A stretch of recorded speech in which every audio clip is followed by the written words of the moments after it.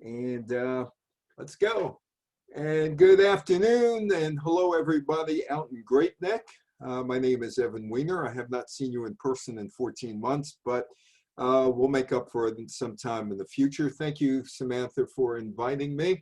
And the baseball season opened up over the weekend, or actually last Thursday and Friday. And you probably know that guy in the middle there. You probably have seen him more on television in commercials than you actually ever did on TV.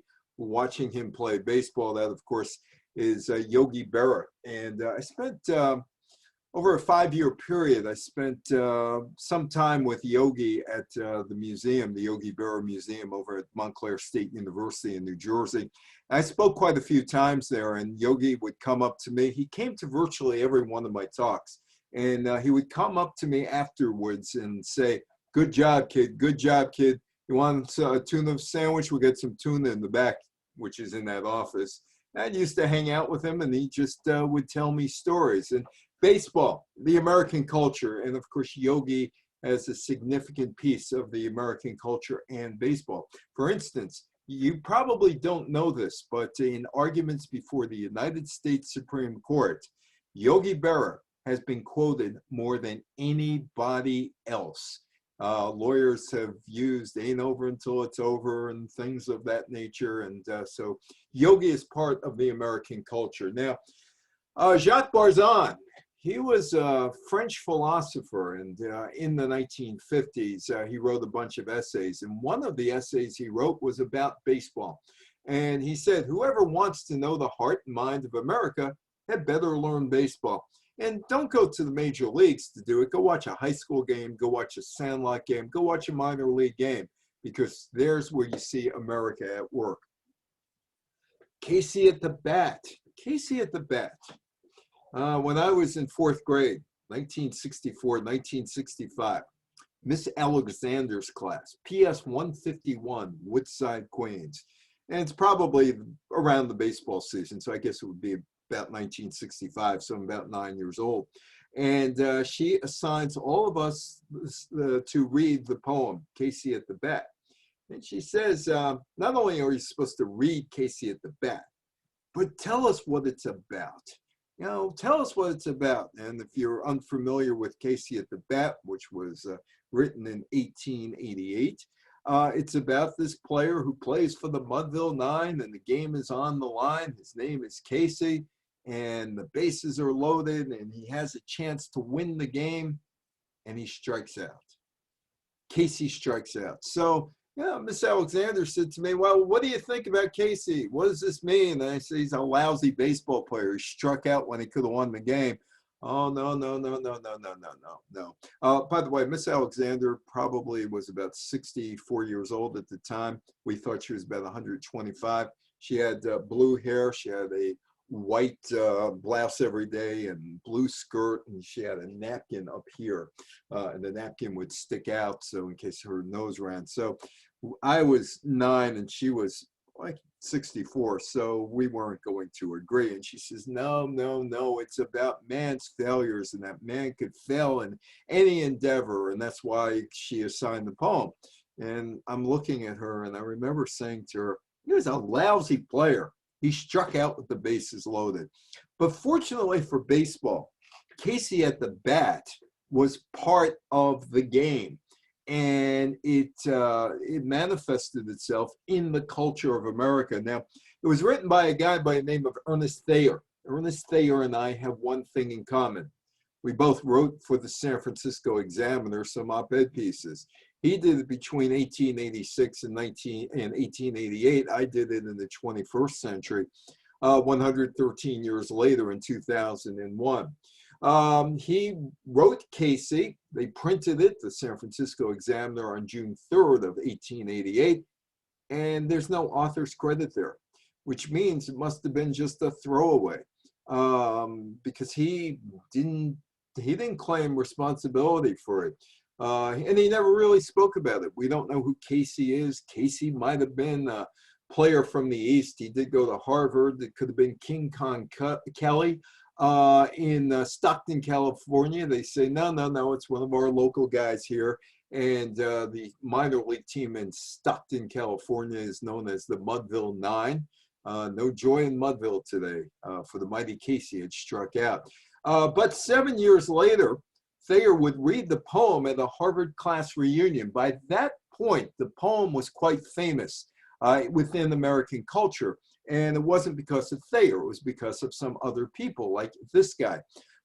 His name is Dewolfe Hopper. You probably heard of his daughter, Heather Hopper, who by the time I became aware of her in the 1960s, was a regular talk show guest. Maybe it was Merv Griffin, maybe it was somebody else.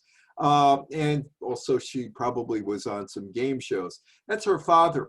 And somehow he gets a hold of this poem. This poem comes out in June, and within 7 weeks or so, he's up on the vaudeville stage acting out Casey at the Bat. That starts on August 14th, 1888. And this became Hopper's signature role in vaudeville. He performs the poem more than 10,000 times. But if you really want to see Hopper, you got to go, at least in 1892, out to the theater to see him perform Casey at the Bat.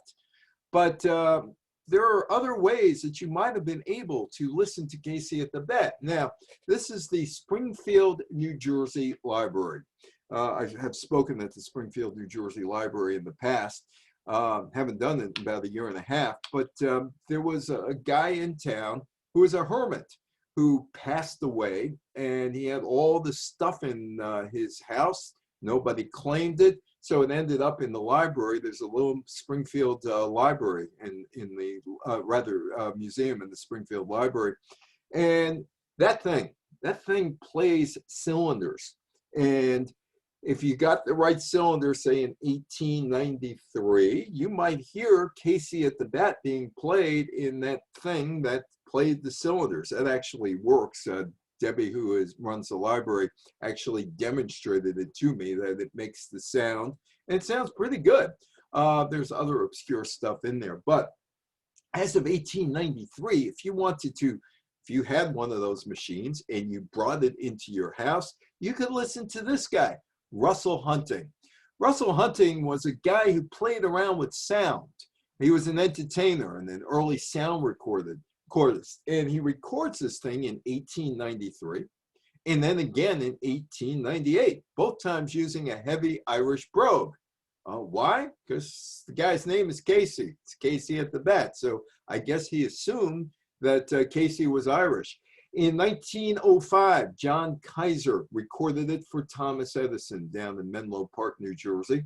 Hopper's version came out. He recorded it for RCA Victor.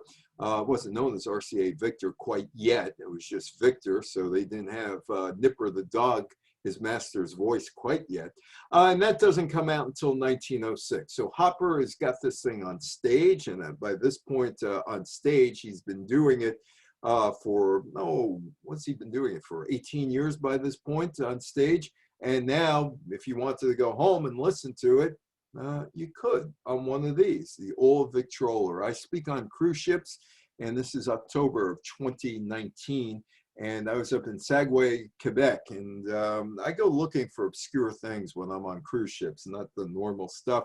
And this guy had this garage and part of his house open. And I walked in there and I saw, oh, look, it's an old Victrola. And I said, this would be great because I could show you where you could have listened to Casey at the Bat, whether it was the RCA or the Victor pressing, or if it was Thomas Edison's pressing. But if you had enough money, you could buy that and you could listen to Casey at the Bat, crank up the old Victrola, and there you go. Hopper would be the first to commit the verse to film. 1922, he did a short subject, Silent, and it was done by Lee DeForest. Wallace Beery starred in the 1927 film version. The comic Jerry Colonna. You must remember Jerry Colonna, with the guy with the big mustache who was Bob Hope's second banana. Where's Yehuda? Was one of his catchphrases. He recorded a rendition for Walt Disney, which later provided to be the basis for a 1946 cartoon. Jackie Gleason performed it on his TV show in the 1950s. Johnny Bench, Tug McGraw, George Steinbrenner, Billy Martin for the Tampa Police Patrolmen Association have also voiced the poem in an orchestral setting. Now, let me ask you a question. It's a New York City placard, New York City subway placard that you look up, and next to Dr. Zinsmore and his zit removal business. You might have seen this. This is around 1907, 1908, and it says ball game today at the Polo Grounds. And there is a songwriter by the name of Jack Norworth, and he's on the subway in Manhattan just looking at ball game today at the Polo Grounds. Ball game today at the Polo Grounds. See the New York Giants, of course. And he gets an idea in his head. He decides he's going to write a baseball song. He's going to write a baseball song. So he goes to his partner, who's a guy by the name of Albert von Tilzer, and says, let's write a baseball song together.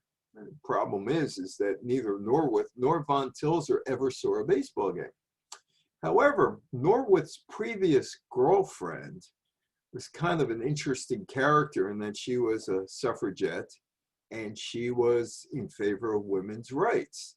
So they decide to put together this song that you probably know, not necessarily because of Harry Carey, but you probably know it's Take Me Out to the Ball Game.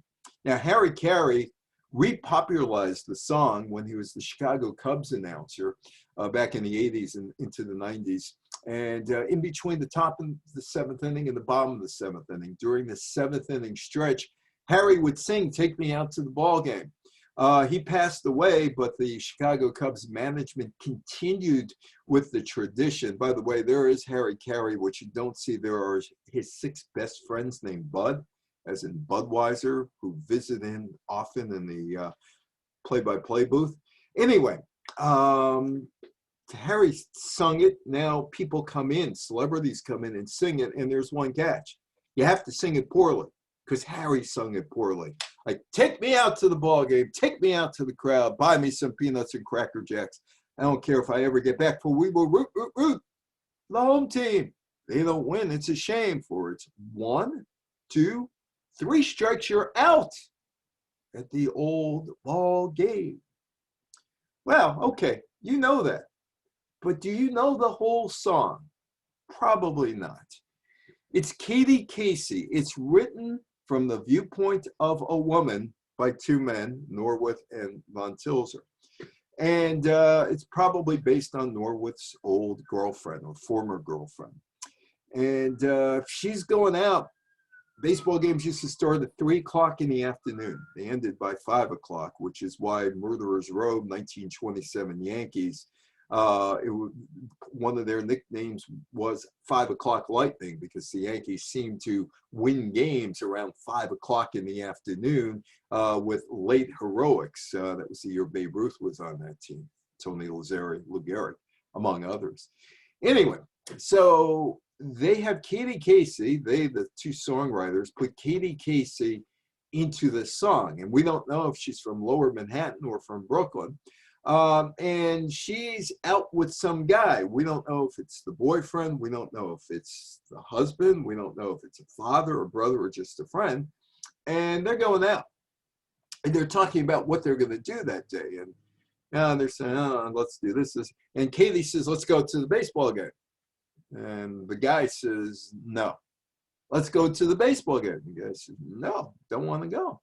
And they're going back and forth. And she gets thoroughly frustrated and yells, take me out to the ball game, take me out to the crowd, buy me some peanuts and Cracker Jacks. I don't care if I ever get back, for we will root for the home team. They don't win, it's a shame, for it's 1, 2, 3 strikes, you're out at the old ball game.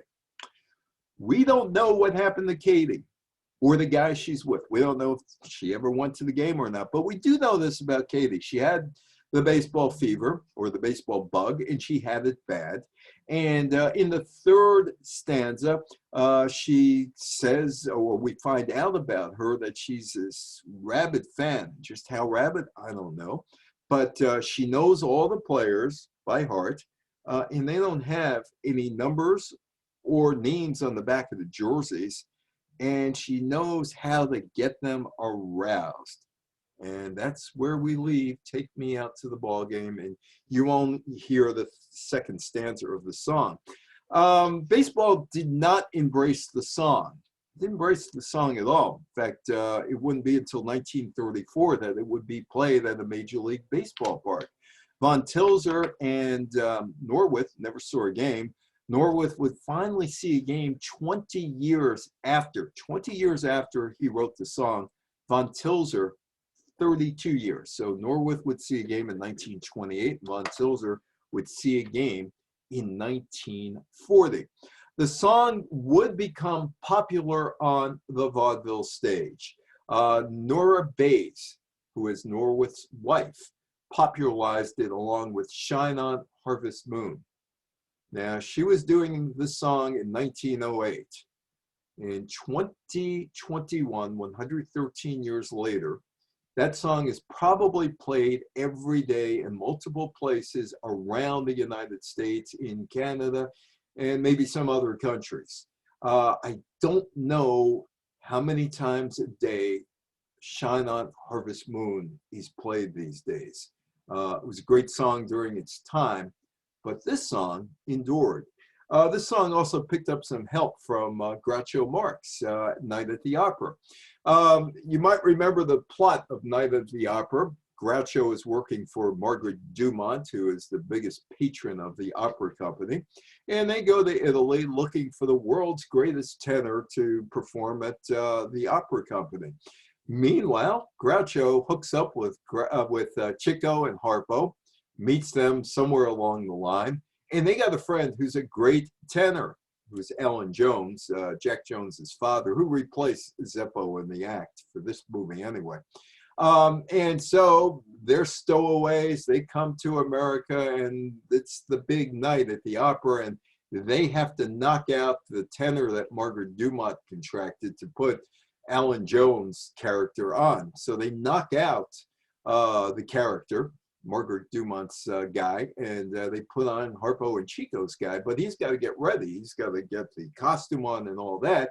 And so to kill some time, Harpo and Chico go around the orchestra and put the sheet music in for Take Me Out to the Ball Game. And Groucho drops down from his seat, and he's got the basket, and he starts selling peanuts and Cracker Jacks as this takes place.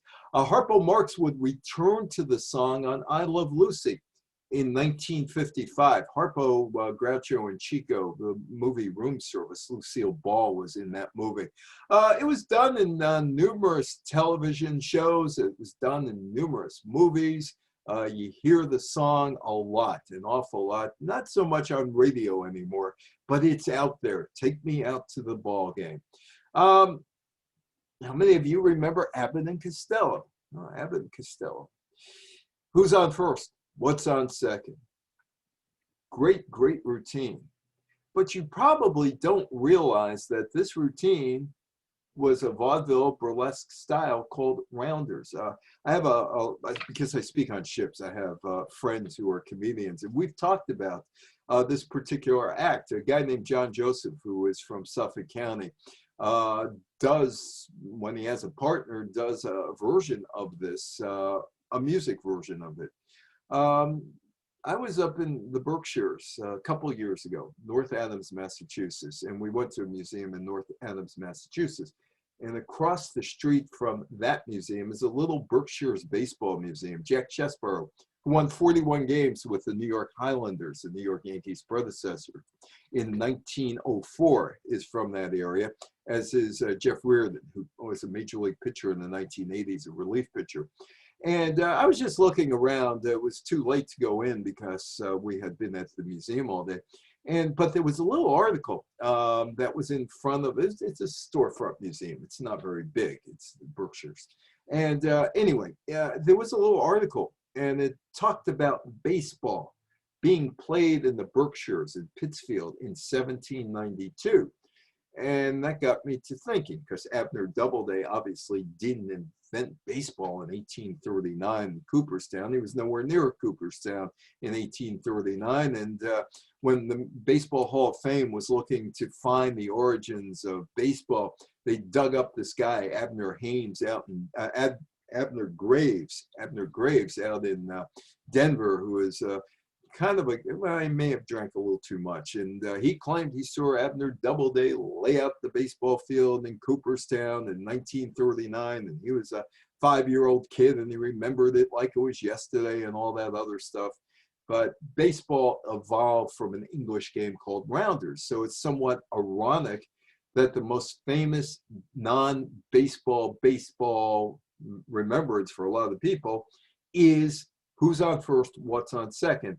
An act called the Rounders coming out of a game called the Rounders. Basically, it was pretty simple. Rounders is you have the idiot, Lou Costello in this case, and you have the smart aleck, Bud Abbott in this case. And what they attempt to do is, in the act, is the idiot asks questions, what you would think are normal questions, and he's not satisfied with the answers that the smart aleck is giving. For instance, Costello goes up to Abbott, St. Louis Wolves manager, and he says, oh, I love baseball, and can you tell me a little bit about like who's on first? He said, yeah, who's on first? Yeah, his name. His name is who? Who's on first? And they go round and round and round in circles.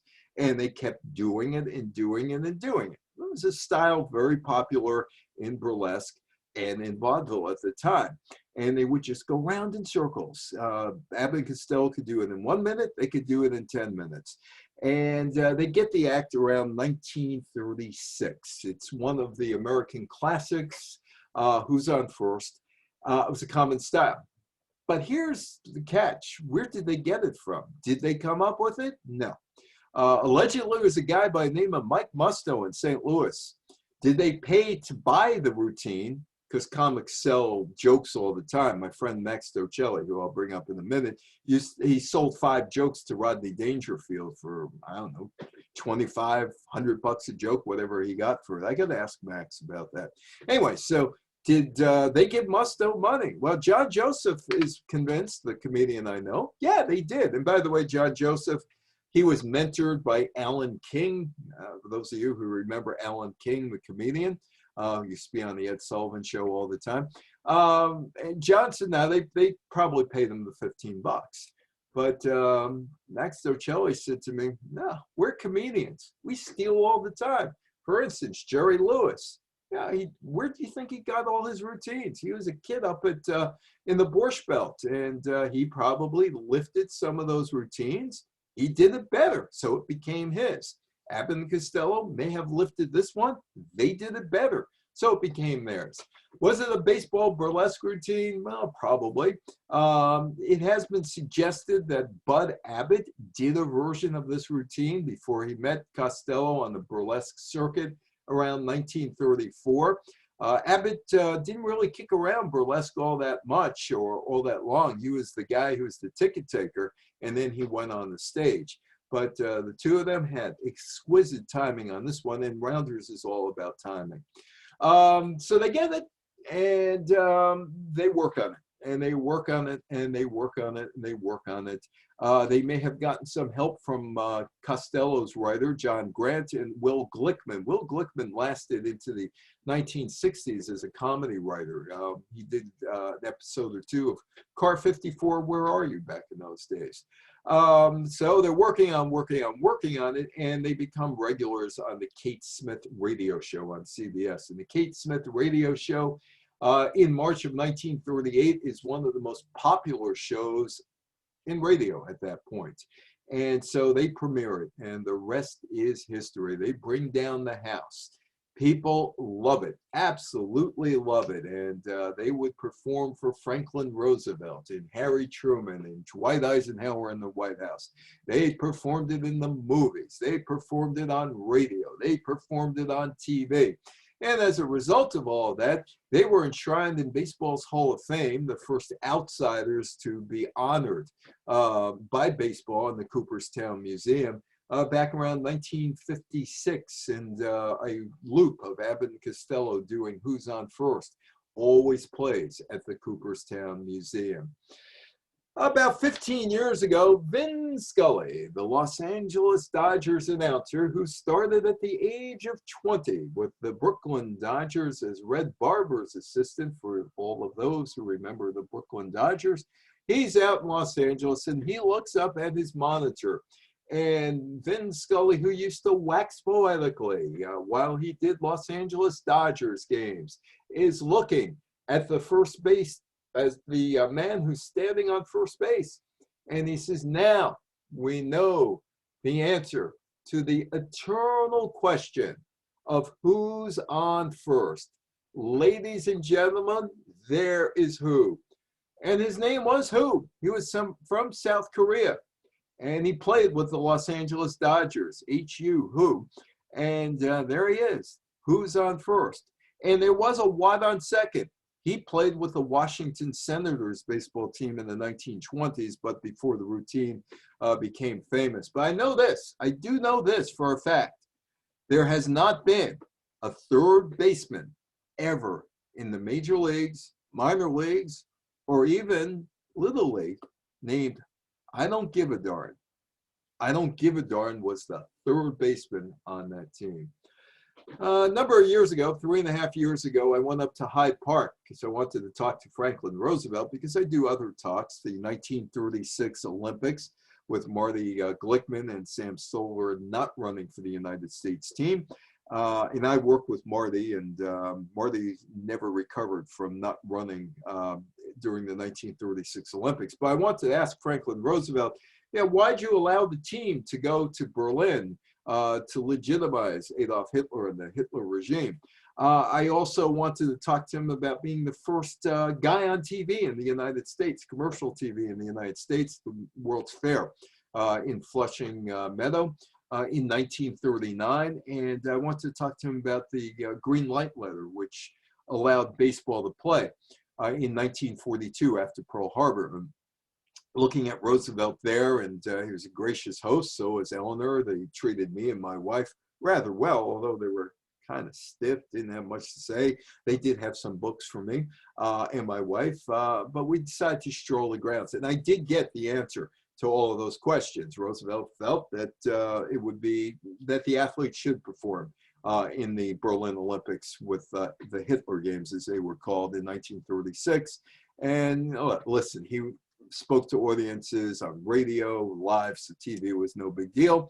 But playing baseball in 1942, that was a decision. He said, let's go. Because this guy, the commissioner of baseball at the time, Kennesaw Mountain Landis, knew that during World War I, baseball stopped in September of 1918 because the owners didn't know what to do. The National League owners wanted to continue playing. The American League owners didn't, but they did, and they had the World Series after they shortened the season. Babe Ruth, the pitcher Babe Ruth, led the Boston Red Sox to the 1918 World Championship, set a record for most consecutive scoreless innings by a pitcher in that World Series. Anyway, so Landis writes this letter saying, what are we supposed to do? What are we supposed to do? Well, Roosevelt sends a letter back. It's called the Green Light Letter. And he says, I honestly feel that it would be best for the country to keep baseball going. Baseball provides a recreation which does not last over 2 hours or 2.5. Roosevelt's been dead since 1945, so he hasn't watched any recent Yankee Red Sox games that go 4 hours, and which can be got for very little cost. Well, $600 behind home plate. But you know what? Roosevelt could afford the $600 behind home plate, $80 for a bleacher seat today at Yankee Stadium. But he could afford it. His class anyway could afford it. And incidentally, I hope that night games could be extended because it gives an opportunity to the day shift to see a game occasionally. Baseball was absolute king in 1942. Dan Rooney, the late Dan Rooney, who is the Pittsburgh Steelers owner, and I talked about the green light letter a number of years ago. And he was telling me that the National Football League, with that letter to Franklin Roosevelt, they felt the National Football League, they could carry on and play in 1942, as did the National Hockey League, Harlem Globetrotters, and whatever else was available at that time. So Roosevelt said, we need it for our morale. Baseball was so important, we need to keep it going for our morale. Babe Ruth was in 10 movies. 10 movies. Most of those movies, he was featured as a baseball star. This is between 1920 and 1940. The first movie he's in, Heading Home, stars Babe as what else? A baseball star. He was in Babe Comes Home. What else? A baseball movie. That was a 1927 silent movie, and there are no prints of that today. It kind of dissolved. If you knew anything about how you made movies back in those days, you had to really take care of it, or they would just dissolve after a while. That one did. He also appeared in a Harold Lloyd silent movie in 1928 called Speedy. Again, portraying himself in a cameo role. He's Harold Lloyd's a cab driver. Babe is signing all kinds of autographs, and he's looking for a cab because he's got to go to Yankee Stadium. And it's a zany, crazy cab ride that Babe Ruth takes to Yankee Stadium. Ruth altogether was in 10 movies, and the last one he did, Pride of the Yankees, the Lou Gehrig story. But the first major baseball player / actor was a guy by the name of Mike Donlin.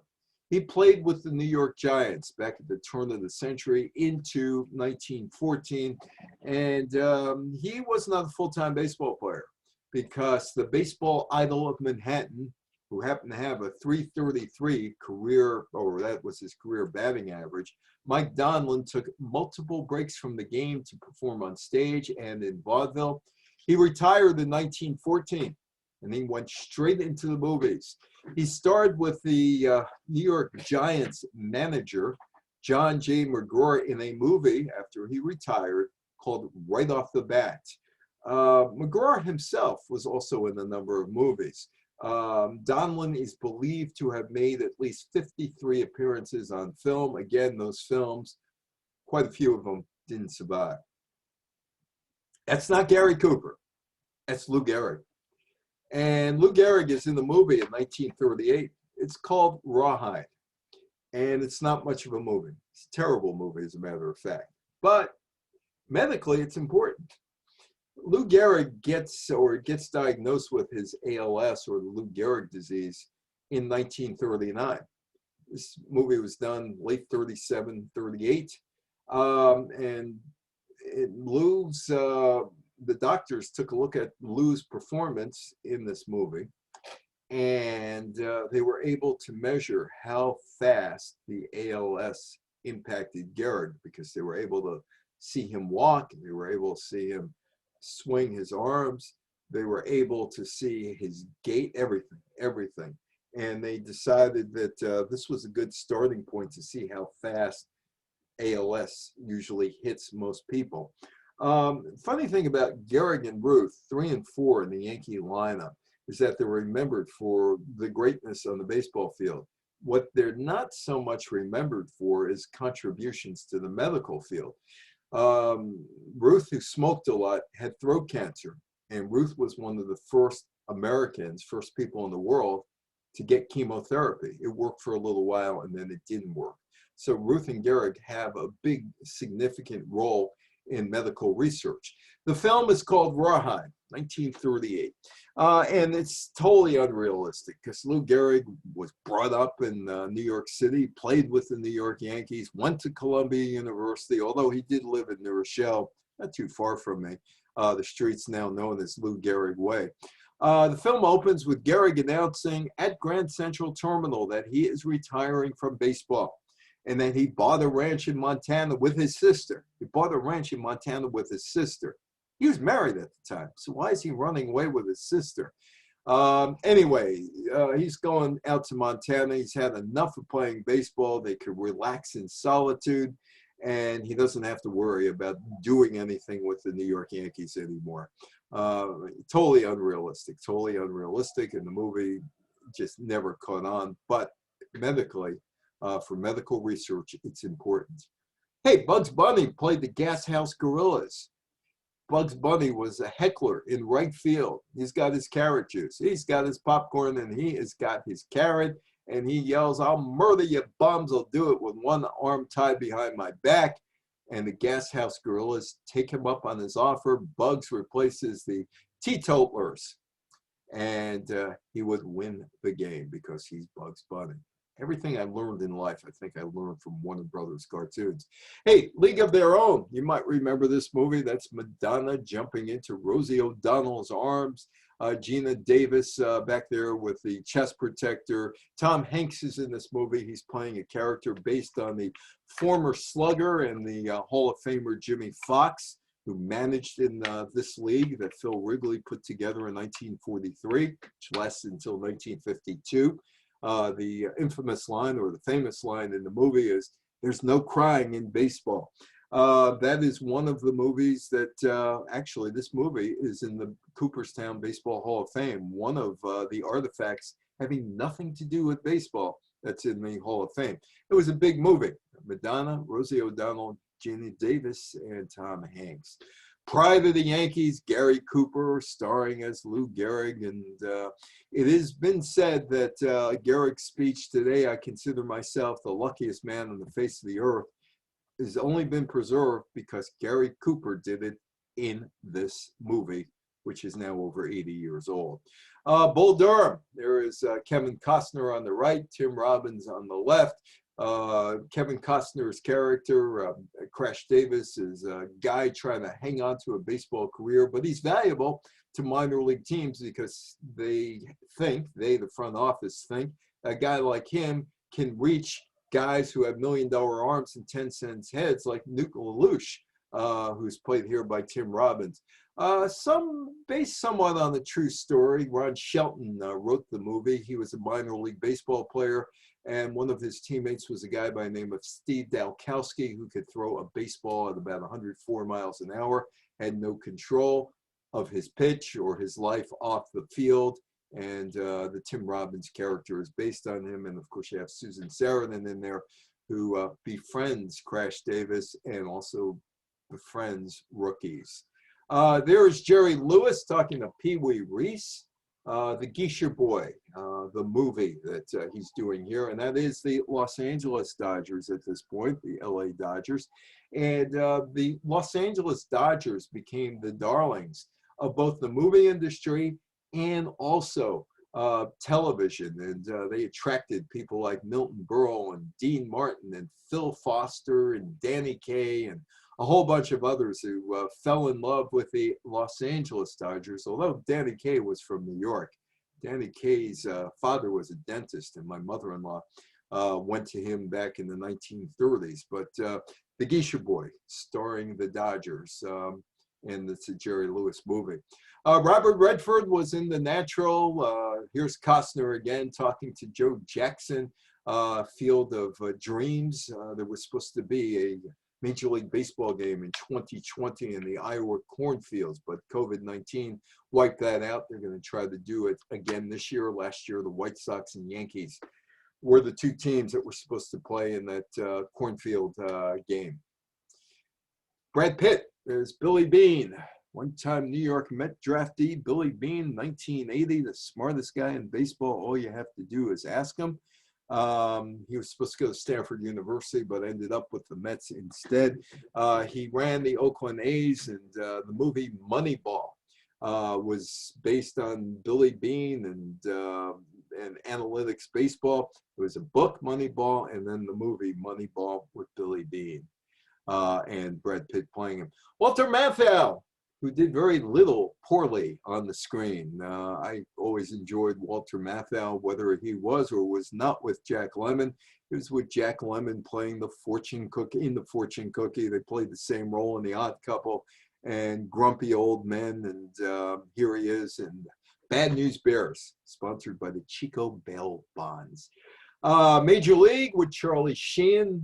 That's Major League 2. There were 2 movies, Major League. And there I am in Pittsburgh. This is 2018, October of 2018. And that's the University of Pittsburgh. And that is the wall that remains from Forbes Field, where the Pittsburgh Pirates played from about 1909 to 1970. And there's a method to my madness as to why I'm standing in front of a brick wall with 436 feet painted in there and some ivy. And it's right in the middle of the University of Pittsburgh. And anyway, there was a movie shot there called Angels in the Outfield. I'm in the outfield there. And the reason why it was there, well, Bing Crosby was the owner of the Pittsburgh Pirates.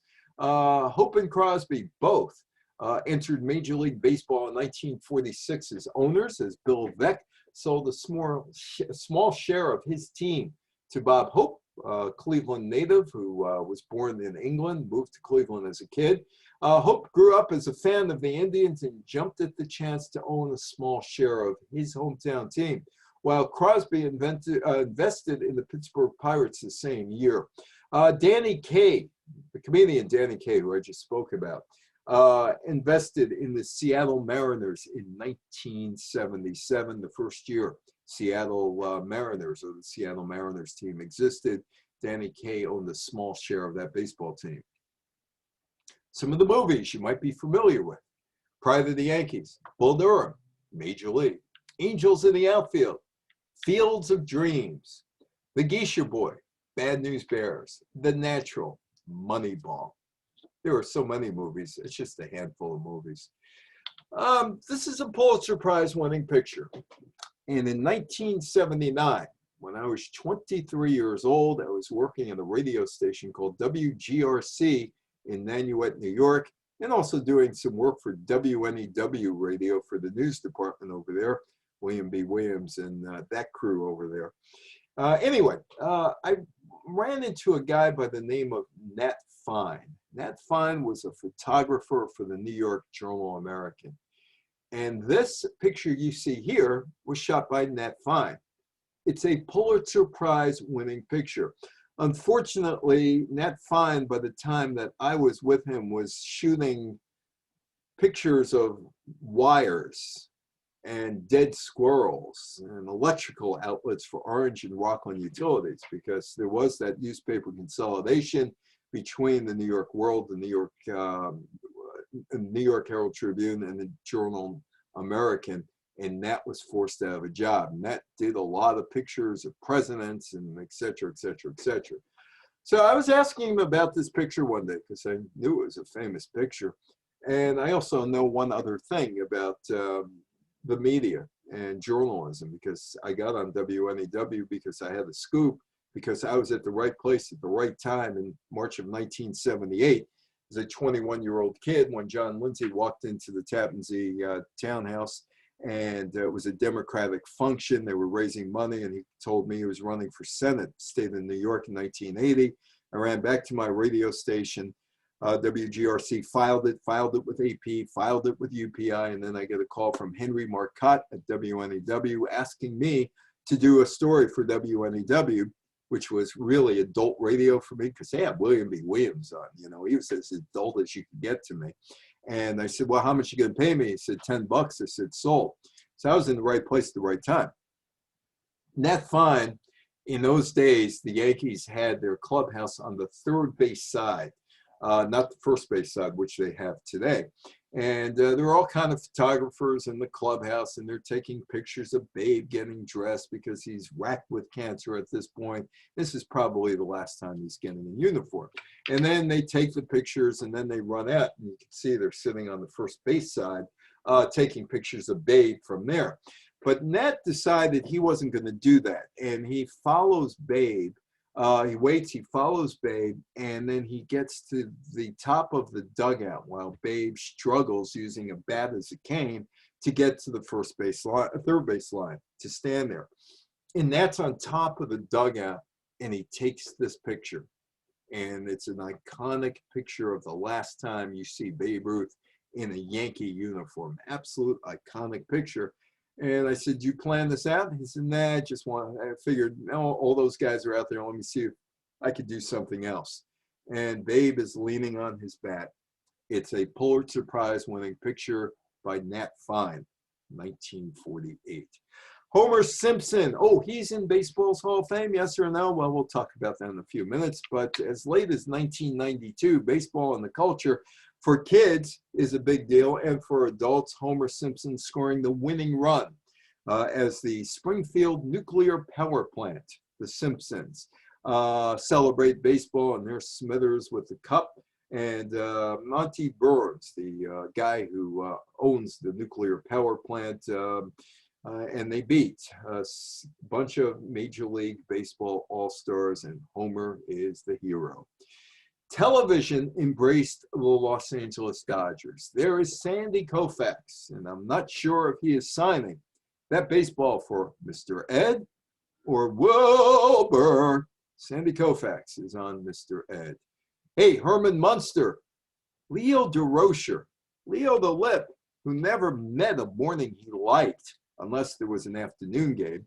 Leo DeRocher was a creature of the night, but here on the Munsters, he happens to be walking in the neighborhood where Herman Munster is playing baseball with his son, Eddie, and Herman is hitting fly balls to Eddie, and Leo, who is the third baseman of the Chicago Cubs, or rather the Los Angeles Dodgers third base coach. Leo would manage the Cubs in 1966, comes out of the bushes, and he sees Herman, and he pulls a contract out to get Herman to try out for the Dodgers. Now, Leo couldn't do that, but it is a TV series, and Herman tries out for the Dodgers.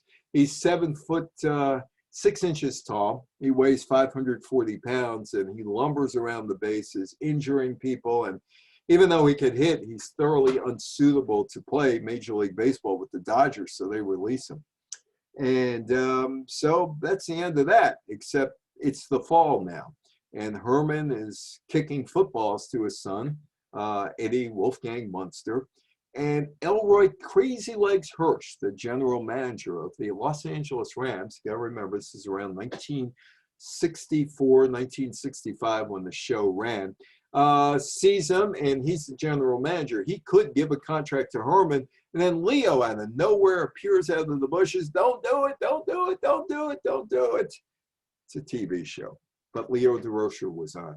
That is over there, where are my baseball cards there? That is Al Ferrara on the right, rather on the left, and Jim Lefevre on the right, both with the Los Angeles Dodgers. Al Ferrara of Brooklyn told me that he knew he made it in the major leagues when he had a baseball card. Lefevre was the manager of the Seattle Mariners in the 1990s, and I sat down with him one day and we talked about Gilligan's Island, and I said, what were you doing there? He said, oh, we were the usual headhunters. You know, we captured Gilligan. We were going to shrink his head, and we were going to cook him. That was, you know, you could see there are the condiments, and there's a fork and a spoon or whatever. But Gilligan somehow escaped, as they always did. Johnny Roseboro, just the facts, ma'am, just the facts. He's on Dragnet.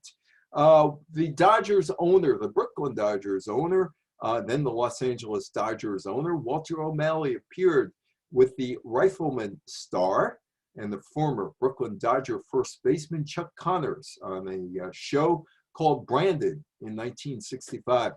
The Dodger center fielder Willie Davis acted in The Love Machine. Jerry Lewis, a movie, Which Way to the Front. And also Willie Davis was in The Flying Nun, the Sally Field show that lasted a year. Or no, actually that lasted. That came after Gidget, and Gidget was turned into The Flying Nun. Johnny Roseboro was in Dragnet 1968, Brooks Law, Kraft Suspense Theater, Mr. Ed, and Experiment in Terror. You know who that guy is on the left, right? Phil Silvers. Phil Silvers. Now, if I was live, I'd ask you who that is. Probably wouldn't get it. It's a guy by the name of Steve Bilko. Steve Bilko played with the minor league, Pacific Coast League, Los Angeles Angels before the O'Malley took the Dodgers to Brooklyn. And Ned Hiken, who was the guy who created the Phil Silvers show, fell in love with Steve Bilko, the first baseman of the Los Angeles Angels, who hit a lot of home runs. Too good for the minor leagues, not good enough for the major leagues, although he was around the major leagues for a while. And Hyken decided to name the lead character of the show that he was doing Bilko, with Phil Silvers. And so there is Phil Silvers on the left and Steve Bilko on the right. Donna Reed, Brady Bunch, Mr. Ed, The Munsters, Phil Silvers Show, also known as Bilko, also known as You'll Never Get Rich. Some of the shows that featured baseball players. And that brings me to my first Yogi Berra story. I'm sitting there with Yogi one day, we're sitting in the back room, and I said, you guys, about 5 of you were on the Bilko show. He said, yeah. I said, well, tell me why about 5 New York Yankees were on the Bilko show taking place. The Bilko show took place at Fort Baxter in Kansas. What were the Yankees doing going through Fort Baxter, Kansas? He said, we're never there. I said, well, let me show you where. He said, no, we did in the Bronx. I said, yeah, I know you did in the Bronx. He said, no, I got in my car, went over the George Washington Bridge, went on the Cross Bronx Expressway, and we went there. That's where we did it. And I said, yeah, I know, but what were the Yankees doing there? He said, no, we're in the Bronx. At that point, I figured, you know what, Yogi, you're right. You were in the Bronx. So, but he was on the Bilko show. Moose Stubing of the Bronx. He was born in the Bronx in 1932. Moose Stubing was the manager of the Anaheim Angels in the late 1980s. I was still covering sports on a daily basis then. And I went up to him one day and I talked about Stubing. I said, the Love Boat. He said, yeah. He said, I was named after the Love Boat, or the captain was named after me in the Love Boat. Moose Stubing, Captain Merrill Stubing of the Love Boat, played by Gavin MacLeod. And how did Gavin MacLeod become Stubing? Well, that's pretty simple. Aaron Spelling, the king of schlock, I mean, he had Charlie's Angels on, he had Dynasty on, he had Fantasy Island on, all those ABC shows, Charlie's Angels, all that. Aaron Spelling used to go through the baseball encyclopedia and look for names of his TV characters. And he named Captain Stubing of the Love Boat after Moose Stubing. John Forsythe was on Dynasty, the last of the really big Spelling hit shows back in the 80s. His first job was at the ballpark. He was the ballpark announcer for the Dodgers at Ebbets Field after he graduated college in the 1950s. He would come full circle and star in one of Spelling's hits, Dynasty, in the 1980s. And there he is on the right. Started out with the Brooklyn Dodgers, and he's playing for money or raising money in an all-star game, celebrity all-star game before a Dodgers game. And to your left, to Forsythe's right, is Jack Lemmon. Jack Lemmon, who, of course, was in all those wonderful movies, including Some Like It Hot. And he, too, is playing in the celebrity game. And Jack Lemmon in The Odd Couple. You might remember the movie The Odd Couple. And Jack, as Felix Unger, is preparing for dinner. And he is calling Oscar. Oscar is covering a baseball game. Remember, he's a sports writer, so he's out at Shea Stadium. He's watching the Mets play the Pittsburgh Pirates. And Felix calls Oscar, and he says, well, what do you want for dinner? While this is going on, the Pirates, Bill Mazeroski, grounds into a triple play, all part of the movie script. Originally, they wanted Roberto Clemente to do it, but he didn't. Mazeroski did.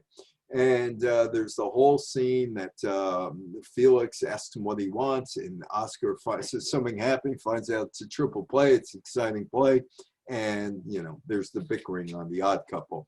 But Jack Lemmon has a baseball in the culture story.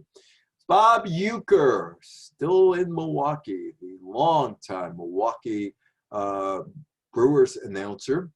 He was a baseball player. He played with the hometown Milwaukee Braves, and then he played with the Philadelphia Phillies, the St. Louis Cardinals, the Atlanta Braves. His career is over. And he works for the Braves in the community relations department, and he's perfecting a stand-up routine. And Al Hurt walks into a comedy club, and he sees Euchre perform. And Al Hurt is really, really impressed, the trumpet player Al Hurt. And he calls up Johnny, and he says, hey, Johnny, you got to have this guy on the show, Bob Euchre. Johnny's never heard of him. And he said, oh, he's great. You have to have him on the show. And Johnny and Al Hurt knew each other. And Johnny said, oh, okay. So they book Euchre on the show.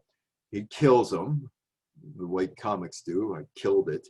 And he's called to the couch. And if you're called to the couch, there's no greater honor for a rookie comedian than to be called to the couch and Johnny talking to you.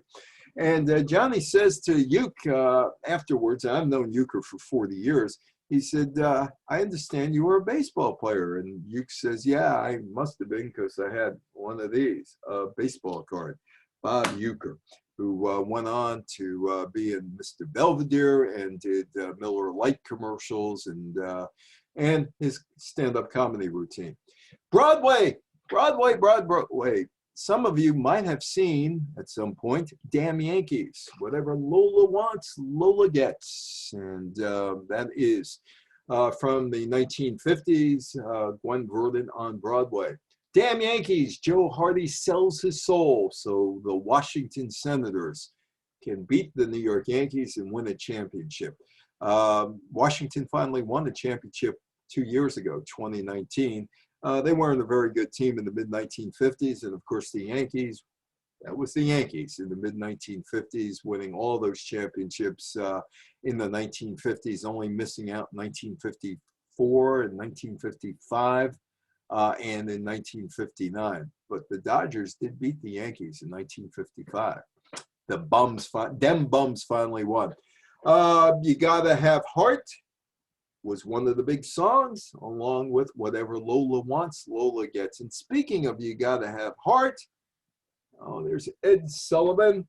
None of you know this, but Jerry Stiller was my cousin, and I do a lengthy early days of TV talk.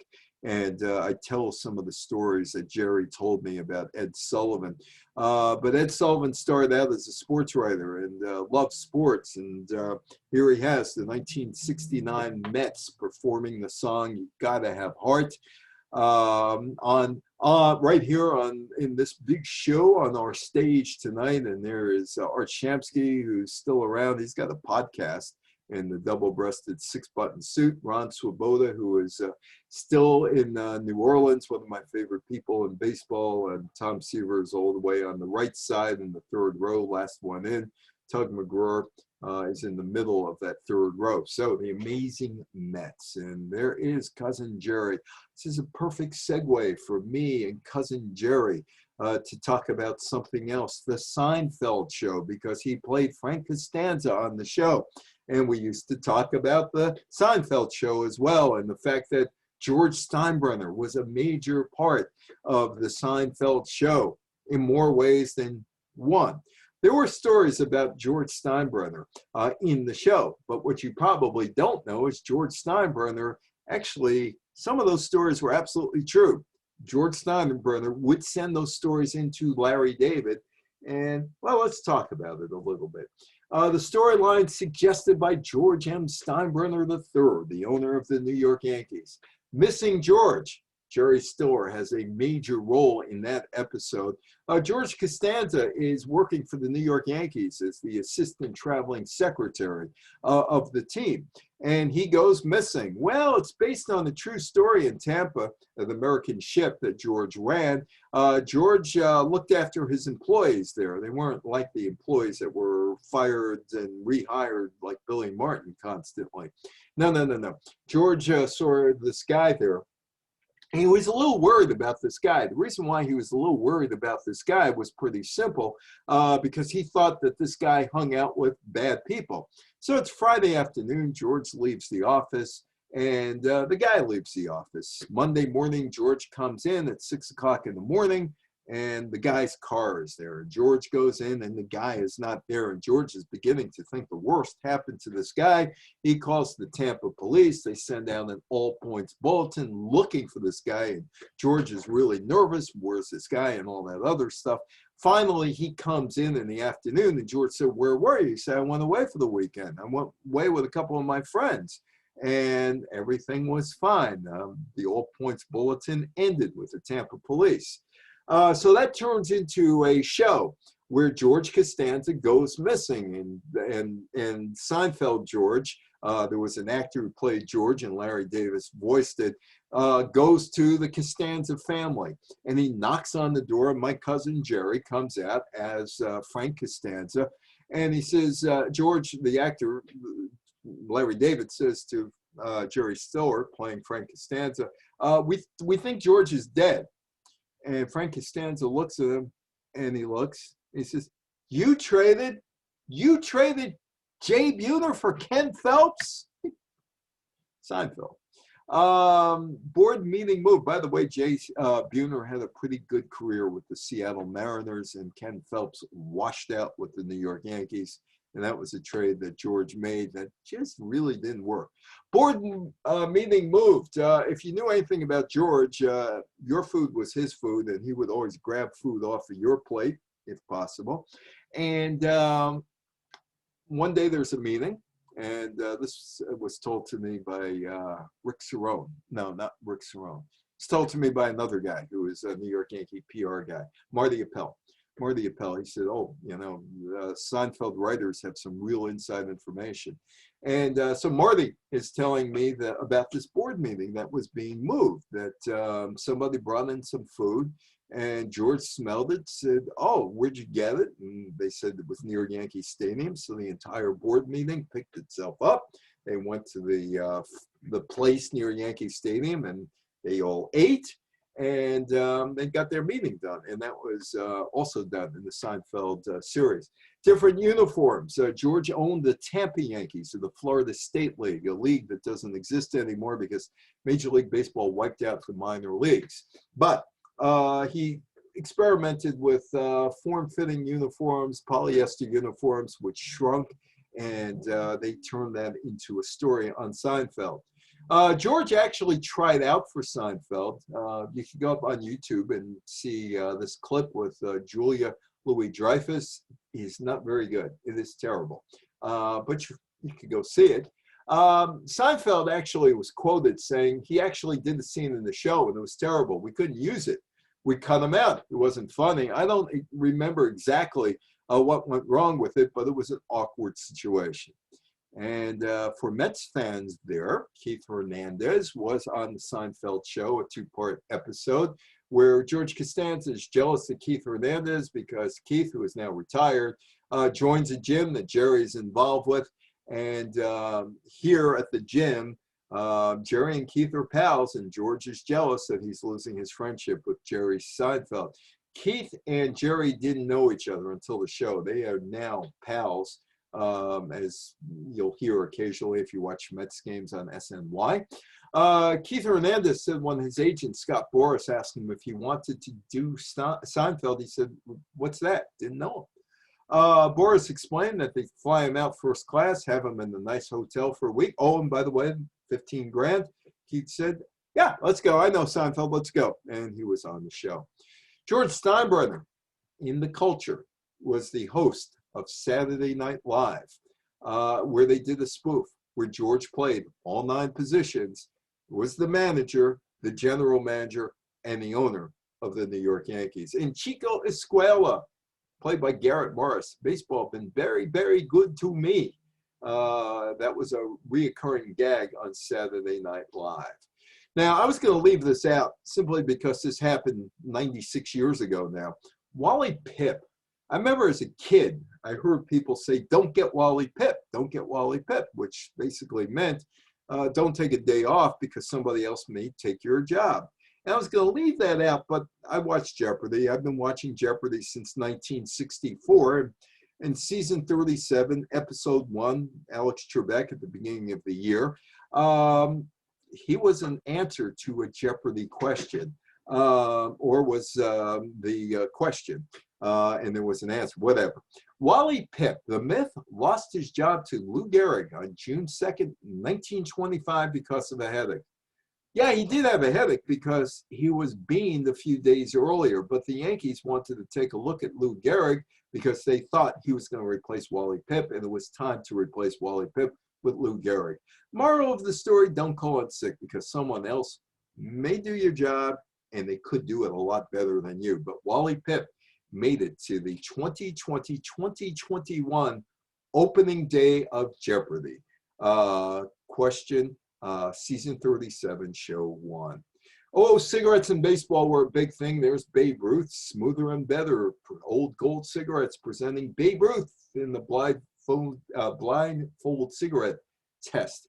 If you look closely, it looks like Babe is on old Sparky over at Sing Sing, about ready to get electrocuted.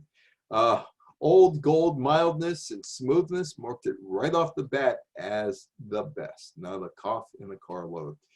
The Baseball Man cigarette, always by Chesterfield, the sponsor of the New York Giants. They had that big display in the Polo Grounds. I've seen pictures of it. Bucky Harris, this is around 1947, 48. Bucky Harris, the New York Yankees manager, smokes Chesterfield, as does Bob Elliott, the most valuable player in the National League with the Boston Braves. Teddy Ballgame, Ted Williams, he doesn't have a cigarette in his mouth. He's holding the package. Stan the Man Musial, name the man in Brooklyn. Looks like somebody knocked out a tooth and put a cigarette in. Joltin' Joe Dimaggio, kind of guarantee that he didn't pay for that cigarette. Joe had short arms and long pockets. And Ewell Blackwell, the Cincinnati Reds. ABC, always milder, better tasting, cooler smoking. Now, I knew Joe Garagiola. Obviously, I knew Yogi. I knew Joe Garagiola, and we were talking one day about Yogi, and he says, you know, business-wise, when Yogi steps in it, he steps in it, and it's always a gusher. Yoo-hoo. I don't know how many of you drank Yoo-hoo. I did. I thought it was vile. Just chocolate and water. Chocolate water. But Yoo-hoo, that was Yogi. Yogi made Yoo-hoo, and Mickey Mantle, I don't know if he really drank Yoo-hoo. Maybe Cuddy Sark, but you know, Yoo-hoo, I don't know. Moose Gowron, one of my favorite people ever to interview, had great stories. He's with Washington, so this is the 1964 campaign for Yoo-hoo. Moose Gowron drinks Yoo-hoo, and Elston Howard, the Yankee catcher, was the MVP in 1963, the drink of champions. Garagiola said when Yogi stepped in it, he stepped in it. So let's see how he stepped in it this way. Yogi meets the Oliveri family, who has come up with this concoction called Yoo-hoo.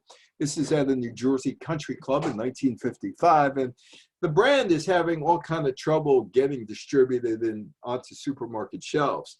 So the Oliveris decide they're going to be daring. They're going to ask Yogi to taste the drink and see what he thinks. So they give Yogi the drink, and Yogi likes it. And the Oliveris come up with a quick idea. Hey, how would you like part ownership of this?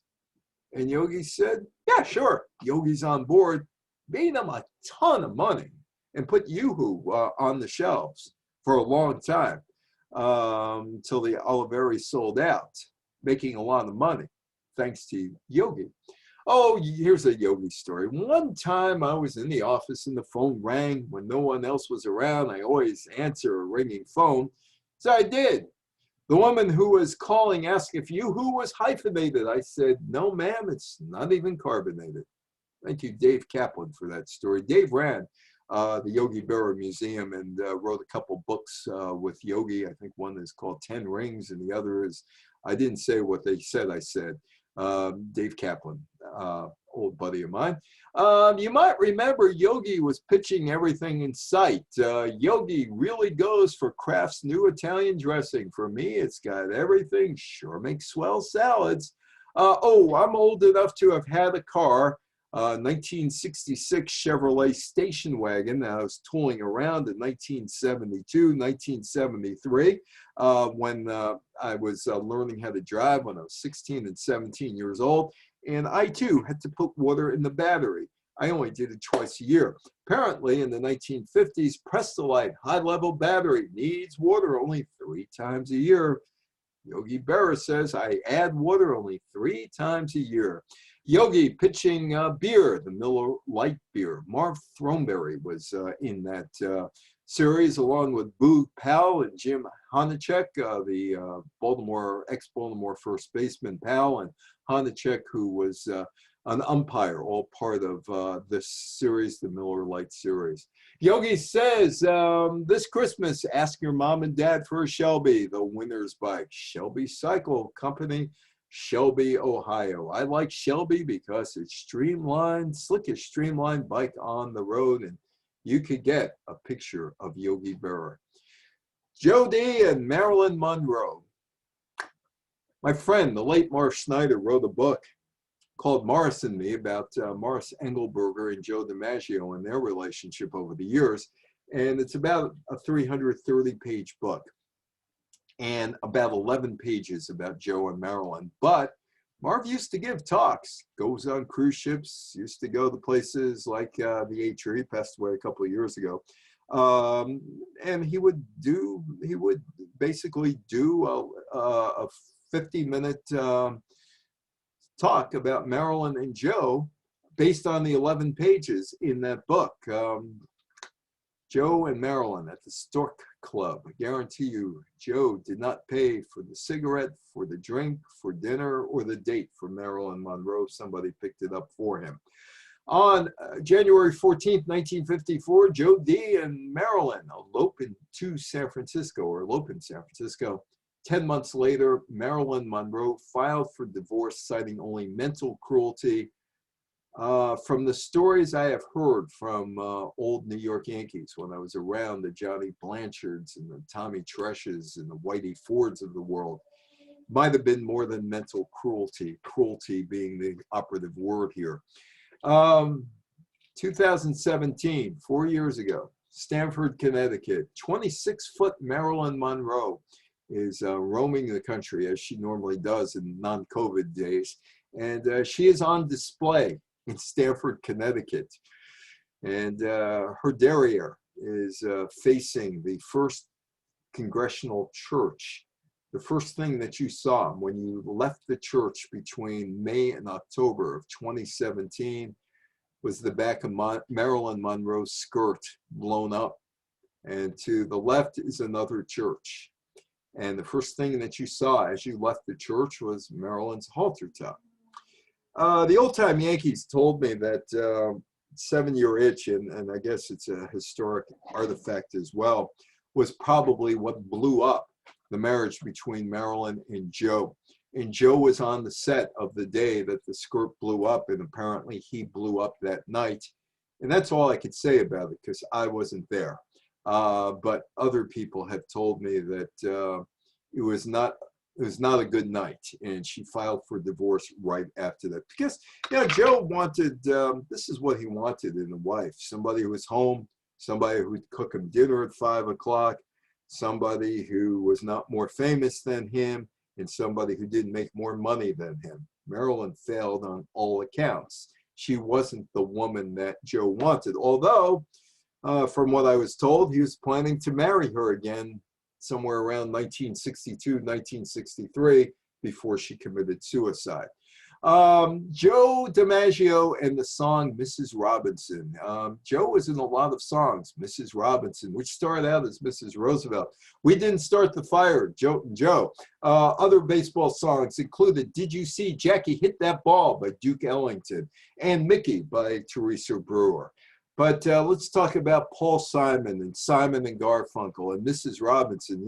Paul Simon the other day sold his music catalog for a lot of money, hundreds of millions of dollars.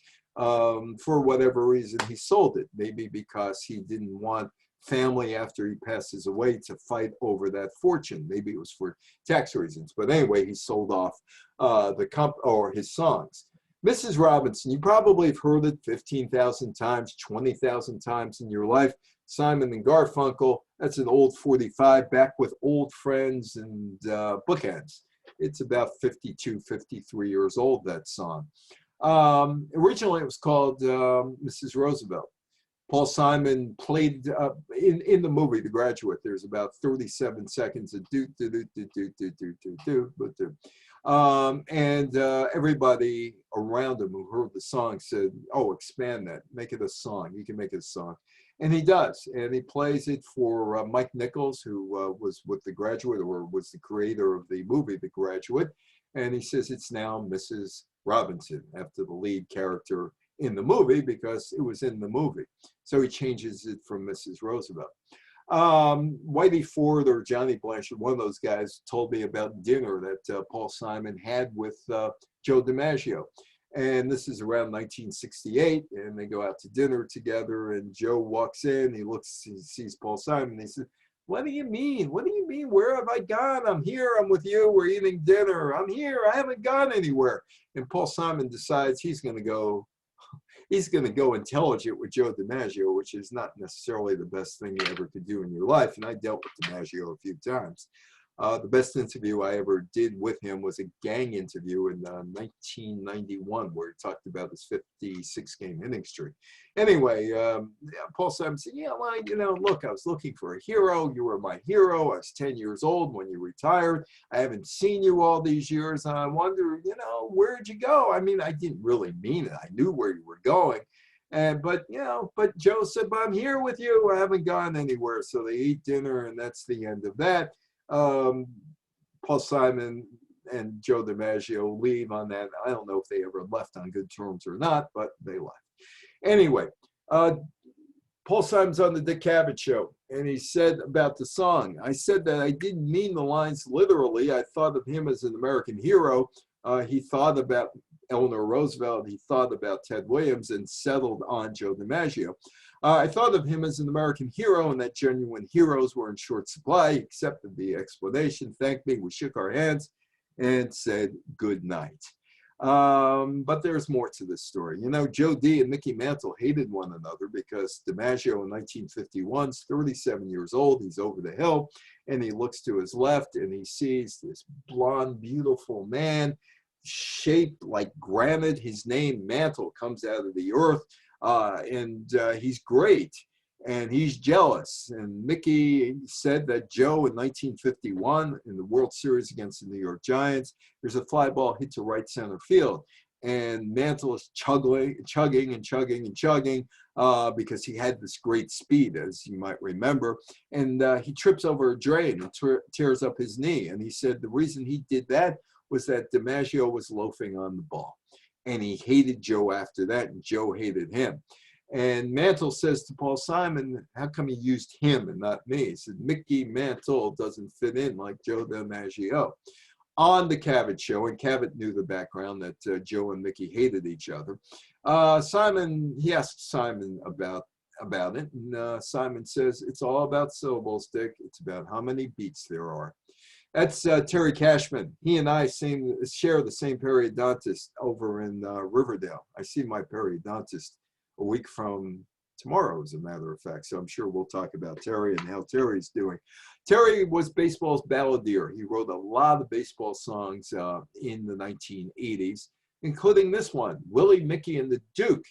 But if you look at this record sleeve, it looks kind of odd because, there's Mickey on the right. Next to him is Willie. And there's kind of a space. Why would there be a space between Willie and Duke? These are all the great center fielders of New York of the 1950s. Well, because there's somebody missing. Dimaggio. Dimaggio is missing. It's just Willie, Mickey, and the Duke. It's about baseball of the 1950s. It was a 1981 song written and performed by Terry Cashman, who was a minor league baseball pitcher who never made it, around 1960 and 1961. Dimaggio was left out of the song and airbrushed out of the picture, which is on the record sleeve. Terry once was confronted by Joe. "Why wasn't I in the song?" And he said, well, Terry was born in around 1940. And he's talking about the great players when he was 11, 12, 13 of the 50s. And Joe agreed, "Yeah, I wasn't a great player of the 50s, and accepted it, and that was that. Phil Rizzuto is the only Baseball Hall of Famer And he is also owns a gold record, Paradise by the Dashboard Light, 1978 gold record, from the album Bat Out of Hell by Meatloaf, written by Jim Seinfeld. And Meatloaf wanted Rizzuto to be the voice of the scene that was taking place in Paradise by the Dashboard Light, which is a guy sitting in the car with a woman. And well, you know, they want to they want to do what Murray the K once suggested, something about being in a submarine, right? And so they're in the back seat of the car, and they want Rizzuto to talk about this runner who's aggressive, nearly gets called out a few times, but eventually scores on a suicide squeeze and gets what he wants, and he has to marry this woman. That's the deal. And Scooter Phil, his kids were going to school in Boston in the late 70s. They were in their 20s. They said, "Dad, the song's all about sex." "Ah, Huckleberry, he never told me it was about sex." And so Phil said, Huckleberry fooled me, but he kept the gold record. So Phil has a gold record and is in baseball's Hall of Fame, and one of the quintessential characters of baseball, Phil Rizzuto. Baseball cards, baseball cards, baseball cards. Baseball cards. The reason why I'm at my periodontist is that I chewed the gum from Tops and it kind of killed my teeth. The baseball cards, this is around 1958. 5 cards, 1 stick of bubble gum, you couldn't beat it. Baseball cards were essential to my life. My teacher, Mrs. Charles, took them away from me back in 3rd grade, and I never recovered them. I don't think I've ever recovered from that either. But the baseball card could teach you how to add, subtract, multiply, divide. If you looked at the back, you had a player that you wanted to know his batting average, earned run average, etc., wins, losses.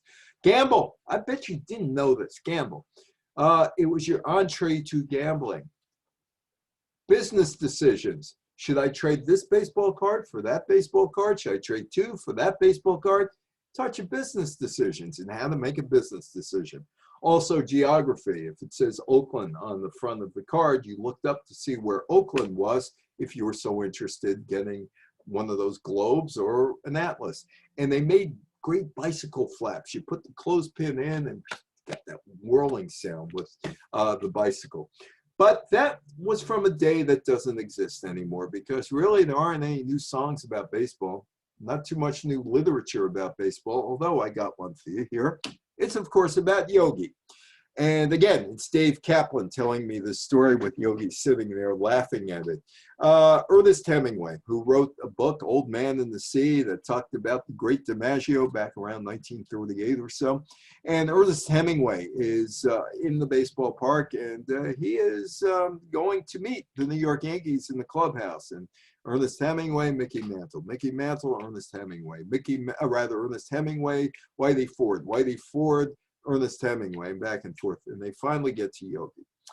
And Ernest Hemingway meet Yogi Berra. Yogi Berra meet Ernest Hemingway. Yogi sticks out his hand. "Hey, Ernie, what paper you write for?"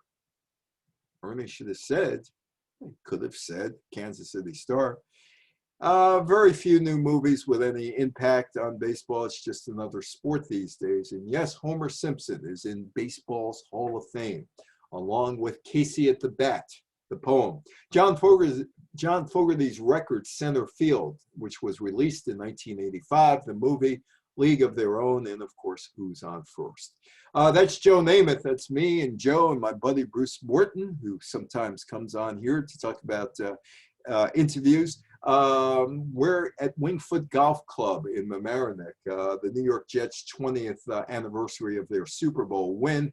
And there's a big party there, and Joe is there talking to us about that, which solidified the Super Bowl as the biggest sport event in the United States. In football, by this point, has surpassed baseball as the most popular sport in the United States.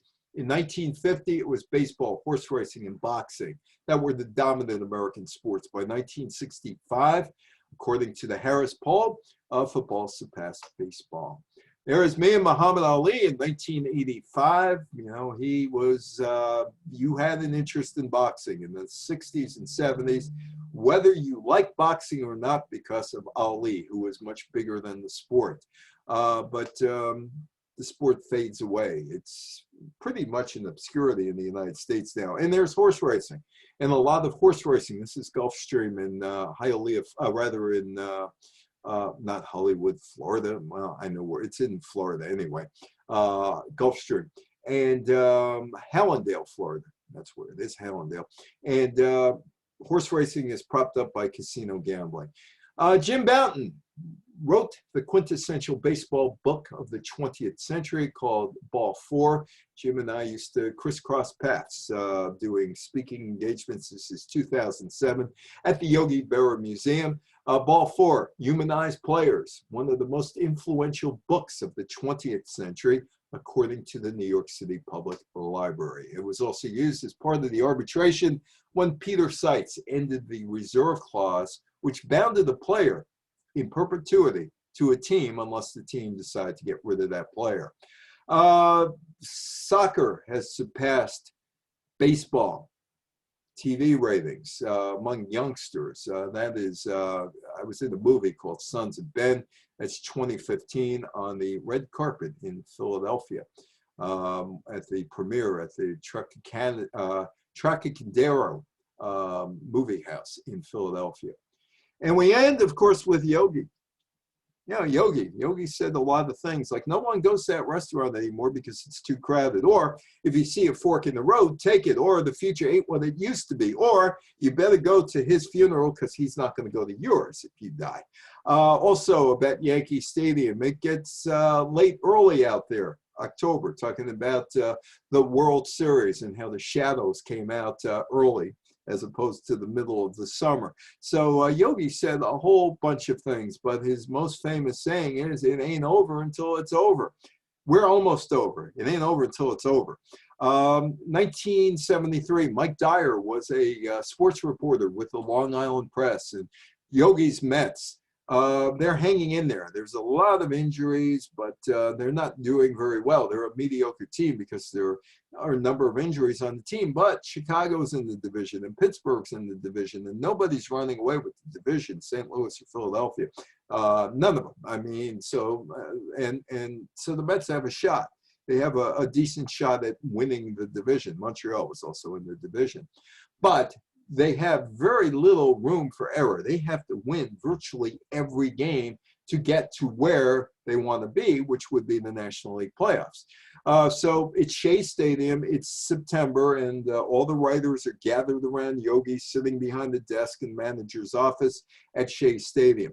And Mike Dyer says, this is after a loss, is it over, Yogi? Yogi said, it ain't over till it's over. 2011, it was over for me. That's the last time I was with Yogi. Yogi was 86 years old at the time. And this is June of 2011. And I spoke at the museum. And it was the last time Yogi patted me on the back saying, good job, kid.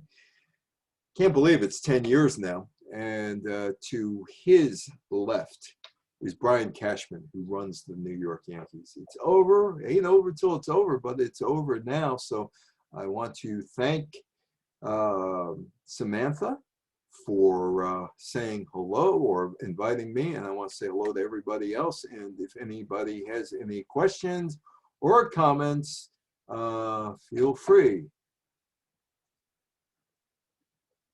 Anybody have any questions or comments?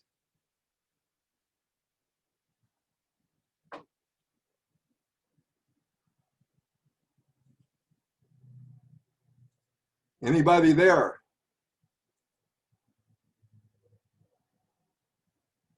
I have to unmute you. No, you're all unmuted. Any questions, any comments? If we have none,